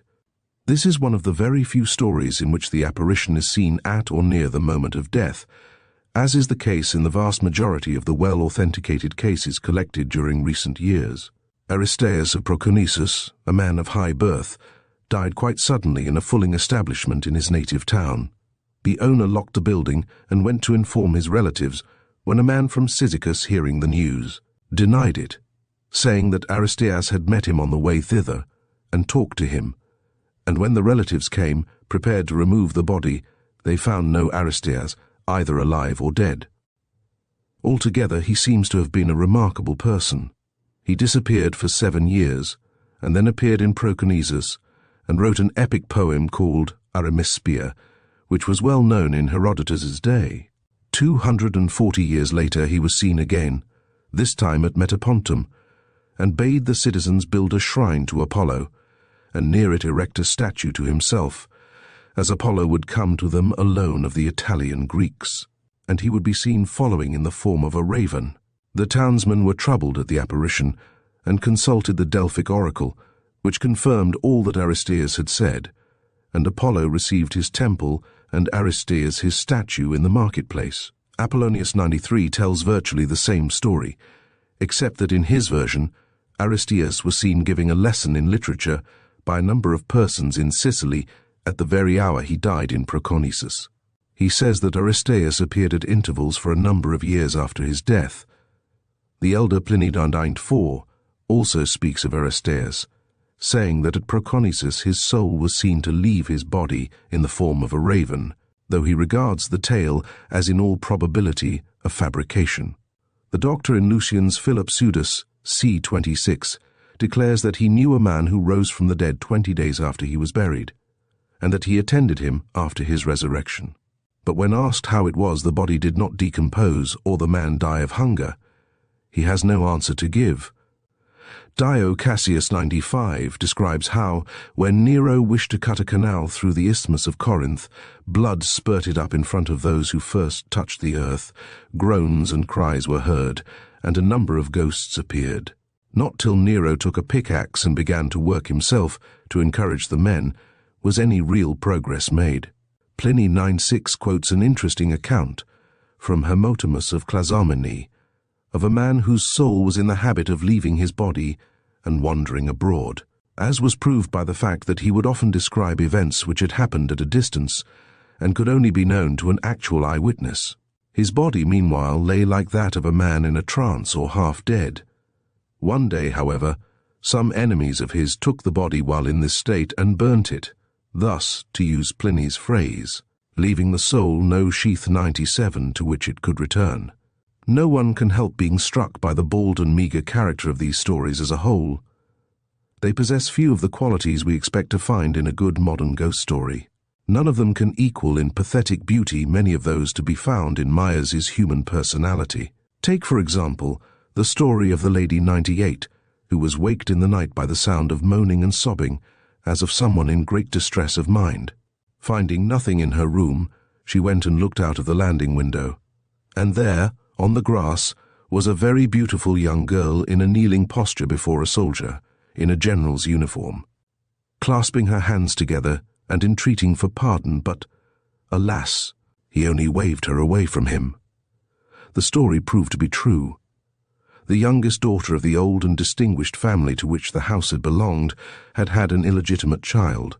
Her parents and relations refused to have anything more to do with her, and she died broken-hearted. The lady who relates the story saw the features so clearly on this occasion that she afterwards recognized the soldier's portrait some 6 months later when calling at a friend's house, and exclaimed, "Why, look, there is the general," as soon as she noticed it. One really beautiful ghost story has, however, come down to us. 99 Phlegon of Tralles was a freedman of the Emperor Hadrian. His work is not of great merit. The following is a favorable specimen of his stories. A monstrous child was born in Aetolia after the death of its father, Polycrates. At a public meeting, where it was proposed to do away with it, the father suddenly appeared and begged that the child might be given him. An attempt was made to seize the father, but he snatched up the child, tore it to pieces, and devoured all but the head.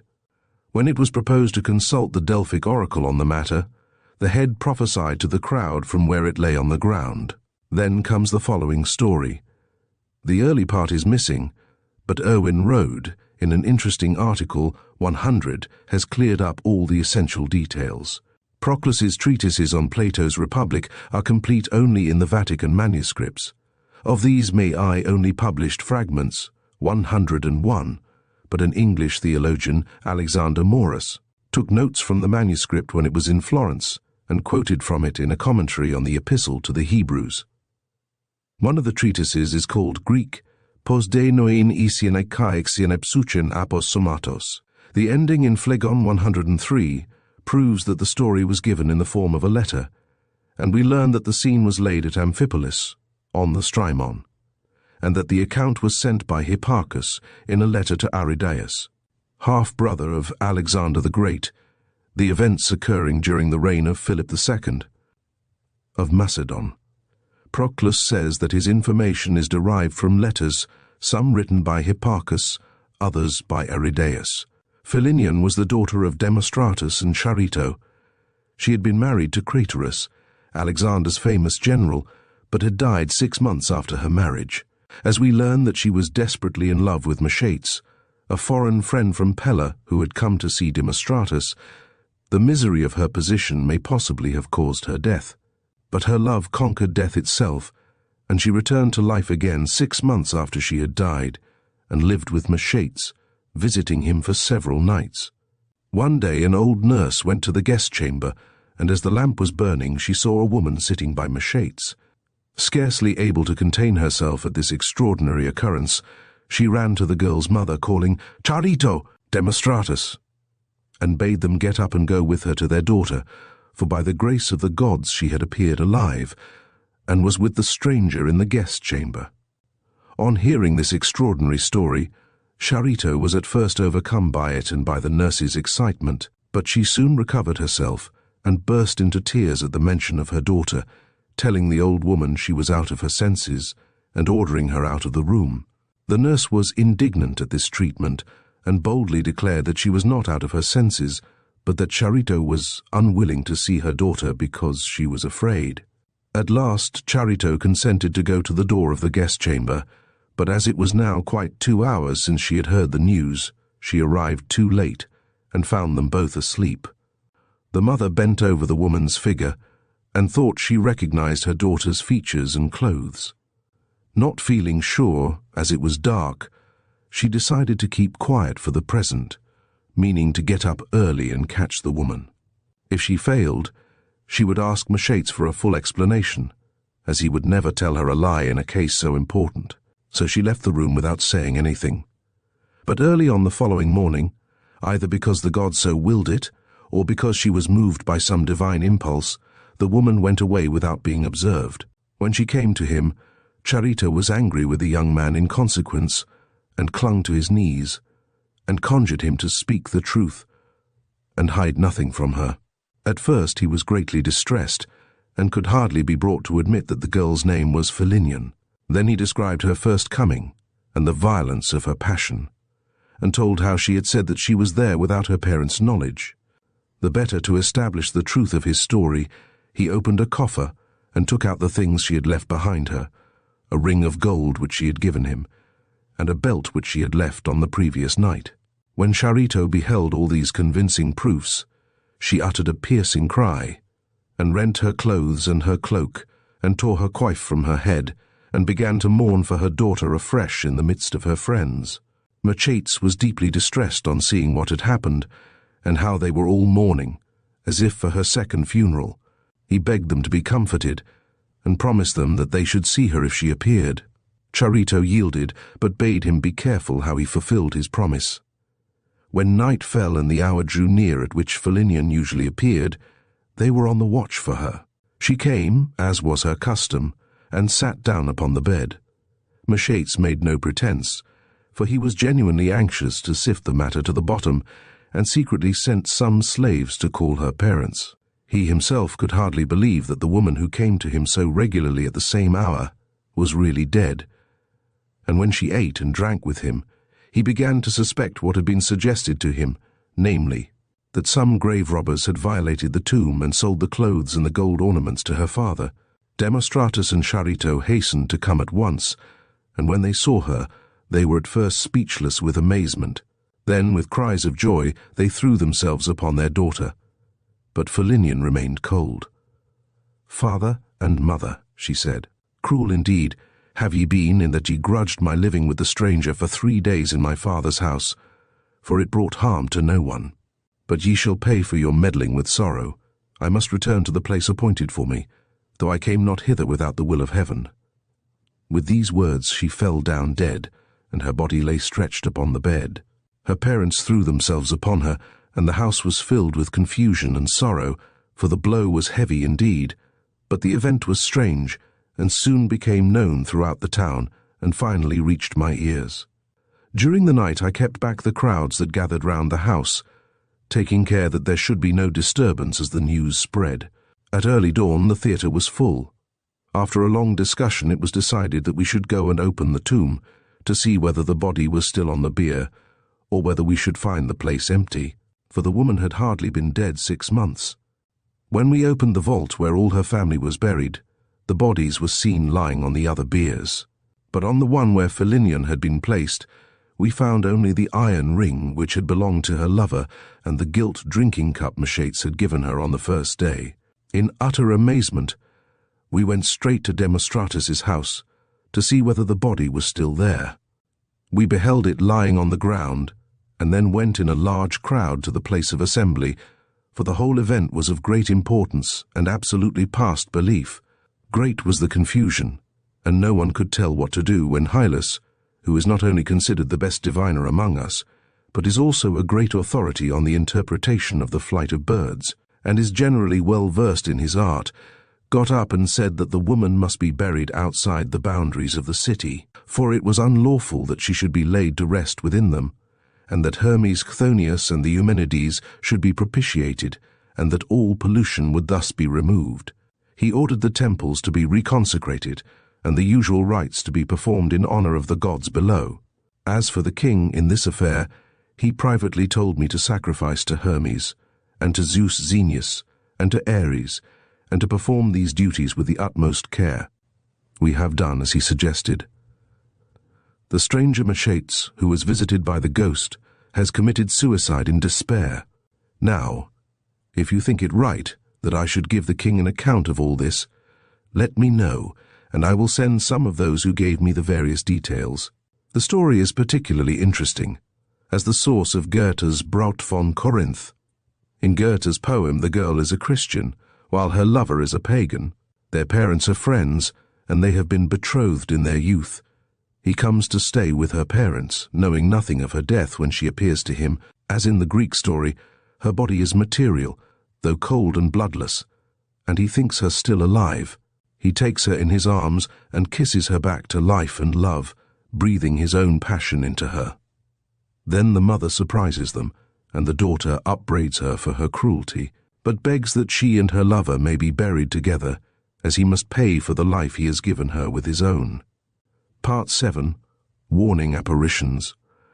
As we should expect, there are a number of instances of warning apparitions in antiquity, and it is interesting to note that the majority of these are gigantic women endowed with a gift of prophecy. Thus, the younger Pliny 104 tells us how Quintus Curtius Rufus, who was on the staff of the governor of Africa, was walking one day in a colonnade after sunset, when a gigantic woman appeared before him. She announced that she was Africa, and was able to predict the future, and told him that he would go to Rome, hold office there, return to the province with the highest authority, and there die. Her prophecy was fulfilled to the letter, and as he landed in Africa for the last time, the same figure is reported to have met him. So again, at the time of the conspiracy of Callippus, Dion was meditating one evening before the porch of his house, when he turned round and saw a gigantic female figure, in the form of a fury, at the end of the corridor, sweeping the floor with a broom. The vision terrified him, and soon afterwards his only son committed suicide, and he himself was murdered by the conspirators. A similar dramatic story is related of Drusus during his German campaigns. 106 while engaged. In operations against the Alemanni, he was preparing to cross the Elbe, when a gigantic woman barred the way, exclaiming, "Insatiate Drusus, whither wilt thou go? Thou art not fated to see all things. Depart hence, for the end of thy life and of thy deeds is at hand." Drusus was much troubled by this warning, and instantly obeyed the words of the apparition, but he died before reaching the Rhine.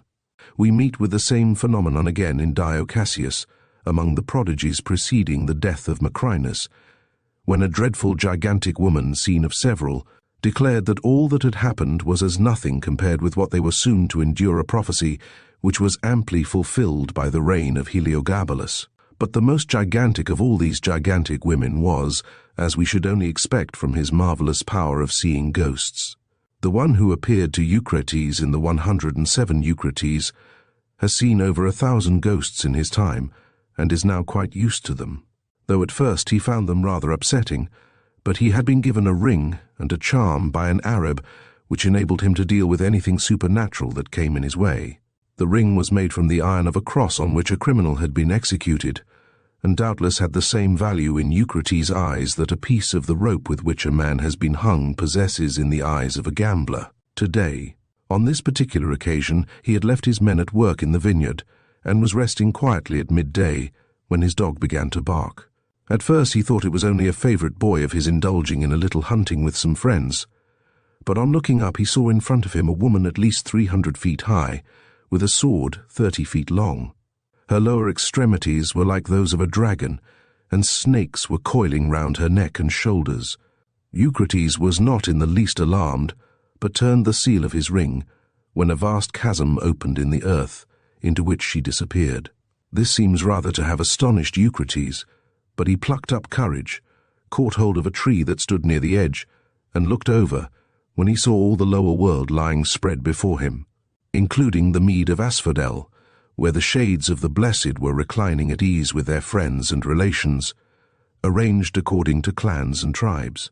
Among these he recognized his own father, dressed in the clothes in which he was buried, and it must have been comforting to the son to have such good evidence that his parent was safely installed in the Elysian fields. In a few moments the chasm closed.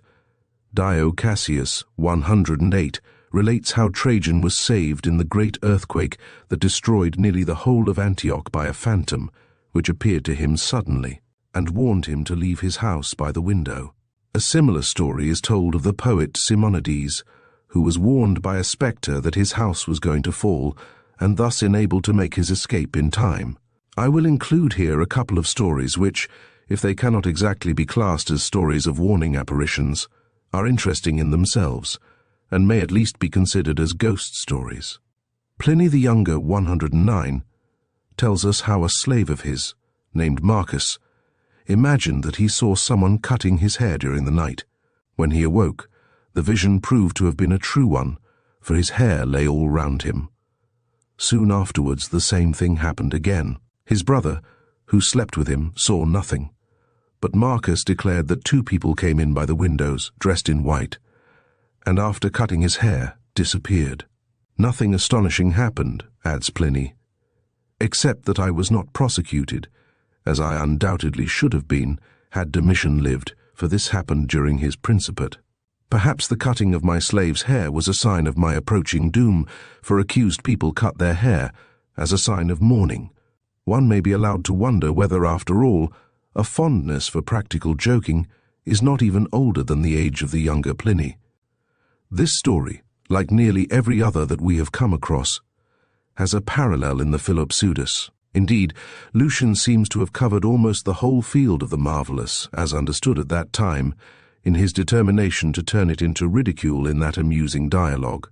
In this case we are told of a little statue of Aesculapius, which stood in the house of the narrator of the story, and at the feet of which a number of pence had been placed as offerings, while other coins, some of them silver, were fastened to the thighs with wax. There were also silver plates which had been vowed or offered by those who had been cured of fever by the god. The offerings and tablets are just such as might be found in a Catholic church in the south of Europe today, but the coins, in our more practical modern world, would have found their way into the coffers of the church. One would like to know what was the ultimate destination of these particular coins, whether they were to be sent as contributions to one of the temples of Aesculapius, which were the center of the medical world at this period, and had elaborate hospitals attached to them, about which we learn so much from Aristides. In this case they were merely a source of temptation to an unfortunate Libyan groom, who stole them one night, intending to make his escape. But he had not studied the habits of the statue which, we are told, habitually got down from its pedestal every night. And in this case such was the power of the god that he kept the man wandering about all night, unable to leave the court, where he was found with the money in the morning, and soundly flogged.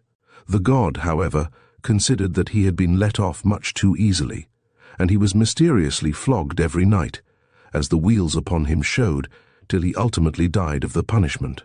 Aelian 110 has a charming story of Philemon, the comic poet.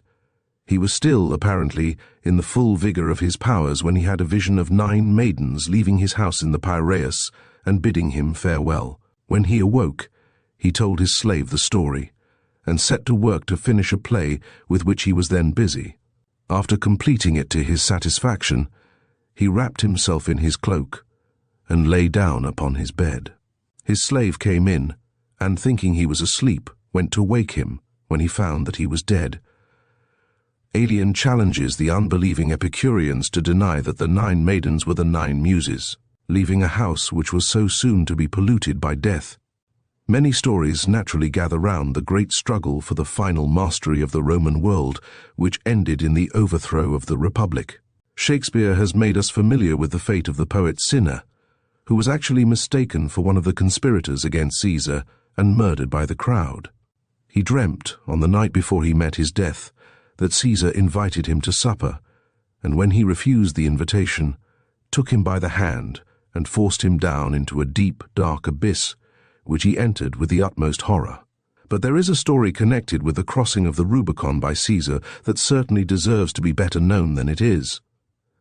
It is only fitting that an event fraught with such momentous consequences should have a supernatural setting of some kind, and Suetonius relates that while Caesar was still hesitating whether he should declare himself an enemy of his country by crossing the little river that bounded his province at the head of an army, a man of heroic size and beauty suddenly appeared, playing upon a reed pipe.